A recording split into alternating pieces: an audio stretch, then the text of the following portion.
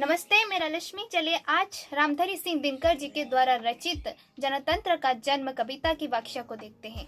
इस कविता में रामधारी सिंह दिनकर दिखाते हैं कि अभी जनतंत्र का जन्म हो गया है तथा अभी जनतंत्र का जन्म के समय है, उसकी उदय के समय है, उसकी वास्तविक शक्ति को प्रदर्शन करने के समय है। इस कविता में कवि ने मुख्य रूप से जनता के जन्म, उनके उदय और उनकी शक्ति को जागृत करते हैं। कवि कहते हैं कि भारत में वास्तव रूप से 26 जनवरी 1950 को जनतंत्र का जन्म होता है और अभी राजतंत्र का समय नहीं, अभी जनतंत्र का समय है। अभी जनता जागरूक हो रहे हैं, इसीलिए राजतंत्र को अभी मार्ग छोड़ना ही होगा।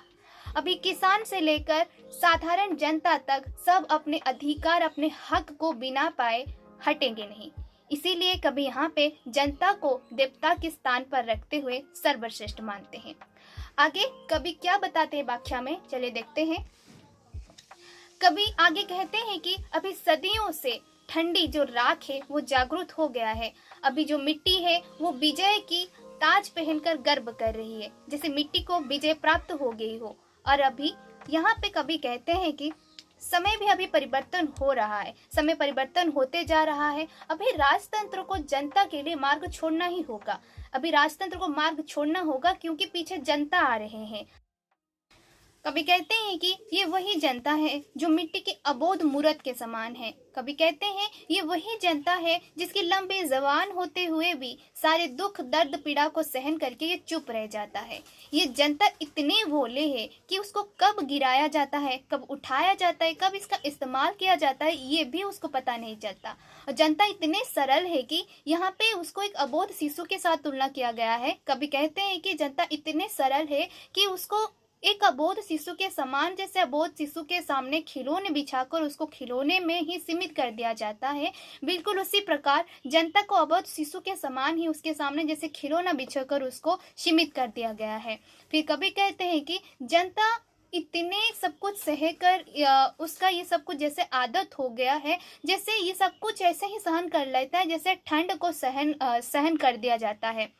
ठंड को सहन करते हुए ऐसा प्रतीत हो रहा है जैसे कि उसके शरीर पर सहर्ष सांप अब उसको लपेट कर उसको चूस रहे हैं और हंस रहे हैं। आगे कभी जनता की जो अंतर्निहित शक्ति को जागृत करते हुए, जनता की जो वास्तविक शक्ति है उसको जागृत करते हुए कहते हैं कि जनता तो सबको सहन कर लेता है, जनता तो सबको सहन कर लेता है, मात्र जब ये जनता क्रोधित होकर अपना भ्रुकुटी चढ़ाता है तो तभी तूफान उठता है, तभी भवंडर उठता है।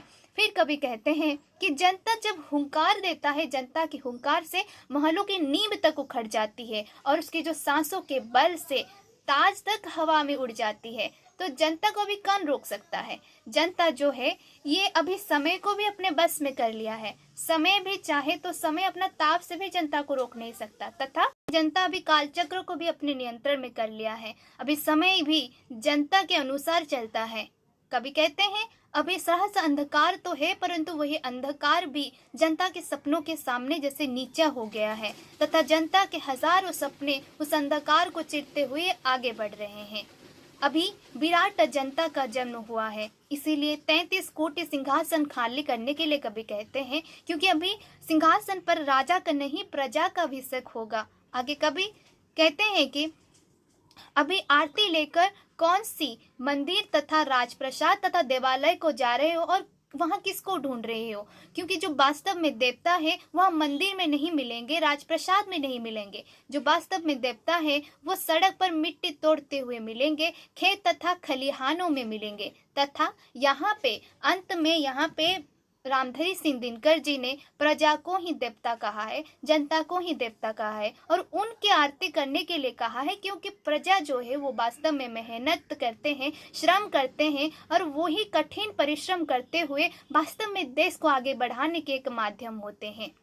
तो इस प्रकार हम देख सकते हैं कि जनतंत्र का जन्म इस विषय में रामधारी सिंह दिनकर जी किस प्रकार जनता को जागरूक करते हैं। यहाँ पे वो जनतंत्र का ही स्थापित करना चाहते हैं और भारत में एक नवीनता का स्थापित करना चाहते हैं। जनतंत्र के माध्यम से वो भारत की देश की हर एक चीज को आगे बढ़ाना चाहते हैं और प्रजा के वास्तविक जो हक होता है, जो अधिकार होता है, उसके प्रति भी उनको सचेतन इस कविता के माध्यम से किया गया है।